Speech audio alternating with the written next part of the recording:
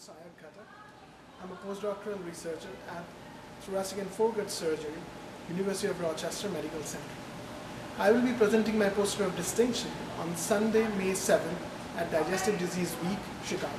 My poster explains how unconjugated bile acid reduces desmosomal gene expression in esophageal cells by inhibiting BMP signaling through nuclear receptor-mediated FGF19 transcription. Under basal condition, in stratified epithelial cells, BMP signaling drives the expression of genes involved in squamous differentiation.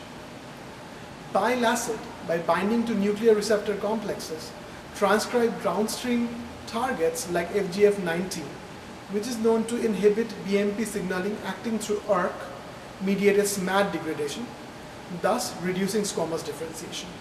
In this work, we demonstrate that ligand-mediated BMP stimulation partially abrogates the inhibitory effects of unconjugated bile acid on squamous differentiation.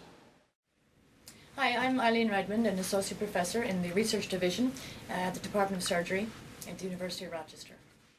Our study used a novel 3D transwell model to grow immortalized primary esophageal cells in stratified culture.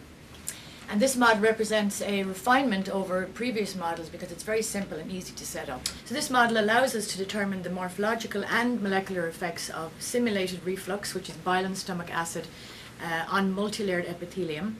And we can also monitor the transepithelial electrical resistance, which is a measure of barrier function. So it also allows us to determine the differential effects of conjugated and unconjugated bile acid at different pHs on the differentiation of squamous epithelium and to explore the signaling mechanisms that might be involved.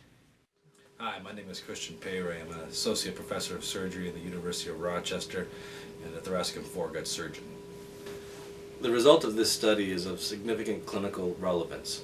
Long-term acid suppression in GERD patients facilitates the predominance of unconjugated bile acid refluxing into the esophagus. We can postulate that the refluxate in our patients on chronic PPI therapy may be putting our patients at risk to bile acid-induced altered cellular differentiation.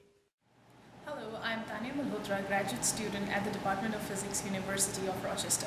Please do visit our poster number SU1092 on May 7th at the DDW Poster Hall between 12 p.m. to 2 p.m.